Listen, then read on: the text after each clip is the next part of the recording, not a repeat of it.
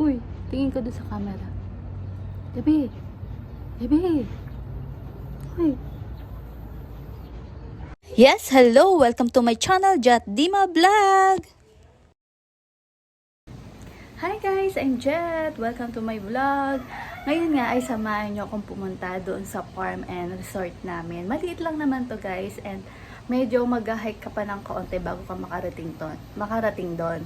Tapos, meron ding view deck doon, kaya samahan nyo ako guys, isi-share ko sa inyo. Ito nga guys, nandito na tayo at mag-hike pa tayo ng kaunti. Medyo mga ilang step na lang naman. And guys, ito na, andito na po tayo. Welcome to Dimaranan Villa Farm and Resort.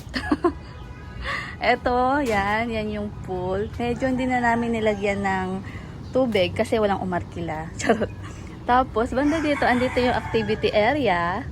And then, mga malawak-lawak din naman. Pwede kang magkainan dito, maglagay ng table, tapos mag-ihaw-ihaw doon. Tapos, banda dito, akyat ka nga ng kaunti para doon sa view deck. Ito yung view deck namin. So, ingat-ingat lang kasi kapag umano ka doon ang punta mo. Tapos, ang view, ayan. Ito yung view namin. Ayan yung mga halaman ko. Tapos, ayan. Ayan yun. Puro bubok ang view. Sa banda doon, makikita mo yung aking pamangkin si Amari at si Sina. Ayan. Tapos, ayan. Dito banda yung pool. Kanina, naligo na dyan yung mga bata.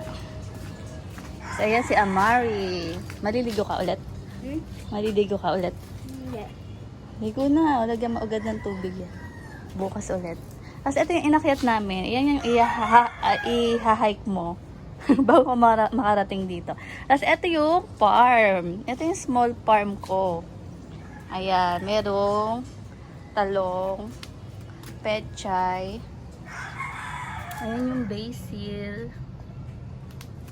Ayan, yan naman yung mga tanim ko din eh.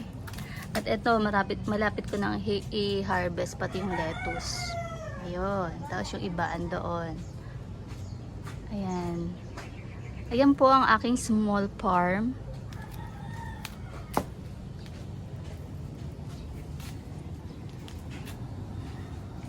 Ayan ang aming farm and resort.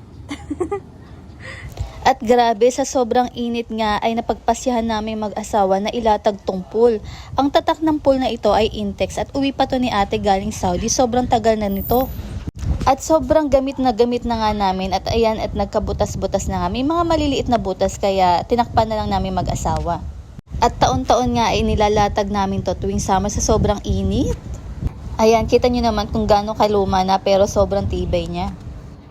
Ayan, flex ko lang yung mga tanim ko at siguro next week pwede na ako makapag-harvest. May pang-ulam na kami.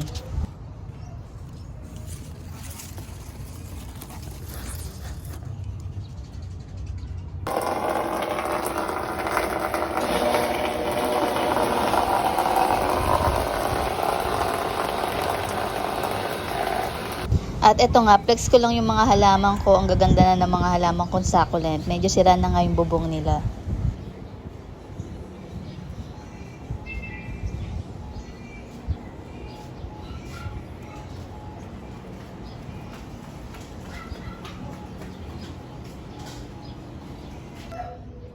At ito naman yung mga tanim kong halaman. May mga pechay, basil.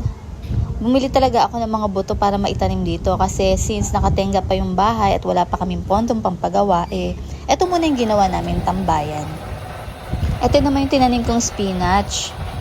May bok choy, tsaka bagu beans. Meron ding lettuce, sile, at ito carrots and okra.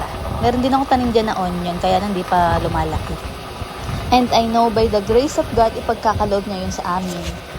And nakakatuwa at nakakalibang din naman magtanim ng mga ganito.